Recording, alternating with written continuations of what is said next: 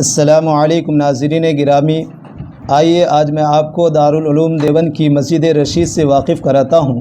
یہ مسجد ہندوستان کی خوبصورت ترین مساجد میں سے ایک ہے، جسے ایشیا کے عظیم دارالعلوم دیوبند میں تعمیر کیا گیا ہے، اور خوبصورتی کے لحاظ سے یہ مسجد بے مثال ہے۔ سفید سنگ مرمر سے تعمیر کی گئی یہ مسجد قدیم اور جدید طرز سے تعمیر کا ایک نادر نمونہ ہے۔ مسجد رشید پر ایک خوبصورت نظر ڈالنے سے دور اسپین کی مسجد قرطبہ کی یاد تازہ ہوتی ہے۔ ہندوستان کی ریاست اتر پردیش کے ضلع سہارنپور کا ایک قصبہ ہے جس کا نام دیوبند ہے، جہاں پر دارالعلوم دیوبند قائم ہے، جس کے اسلاف نے ہندوستان کی تحریک آزادی میں نمایاں کردار ادا کیا ہے۔ مسجد رشید مولانا رشید احمد گنگوہی نور اللہ مرقدہ کے نام سے منسوب کی گئی ہے، جو اس مکتبہ فکر کے ممتاز مفکر اور مجتہدین میں شمار ہوتے ہیں۔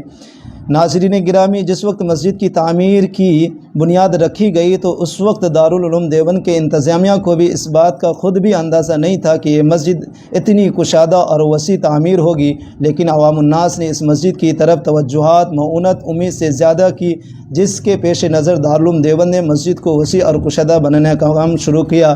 اس مسجد کو تعمیر ہونے میں لگ بھگ 20 سال کا ایک طویل عرصہ لگا، جو کہ اس کی ضمانت ہے کہ اس مسجد کی تعمیر پر ایک عظیم صرفہ محنت، توجہ اور بہت زیادہ لاگت کے ساتھ کام کیا گیا ہے۔ اس مسجد کی طرز تعمیر پر ایک نظر ڈالنے کے بعد مغلیہ دور کی تعمیر کا تصور سامنے آنے لگتا ہے، وہیں پر دور جدید کی تعمیرات کی جھلکیاں صاف صاف نظر آتی ہے۔ قدیم اور جدید طرز تعمیر کا ایک حسین اور خوبصورت سنگم ہے۔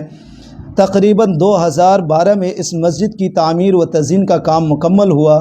اس مسجد میں بیک وقت 20,000 سے زائد افراد نماز ادا کر سکتے ہیں۔ مسجد کے گنبد کی بلندی 120 فٹ ہے اور اس کی عالیشان میناروں کی بلندیاں 180 فٹ ہے۔ یہ مسجد 2 منزلہ ہے اور اس کا ایک تہہ خانہ ہے جس میں ایک وسیع اور عریض ہال ہے، اور اس مسجد کے تہہ خانے میں ایک ہاسٹل ہے جس میں دارالعلوم دیوبند کے طلبہ کی رہائش ہوتی ہے۔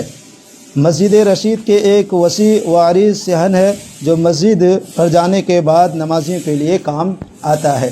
مسجد کے 5 خوبصورت اور عالیشان دروازے ہیں۔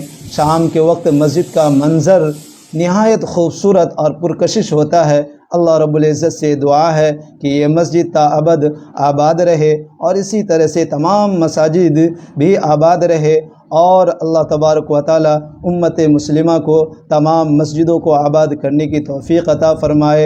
اللہ رب العزت ہم سب کو مسجدوں کو آباد کرنے کی توفیق عطا فرمائے۔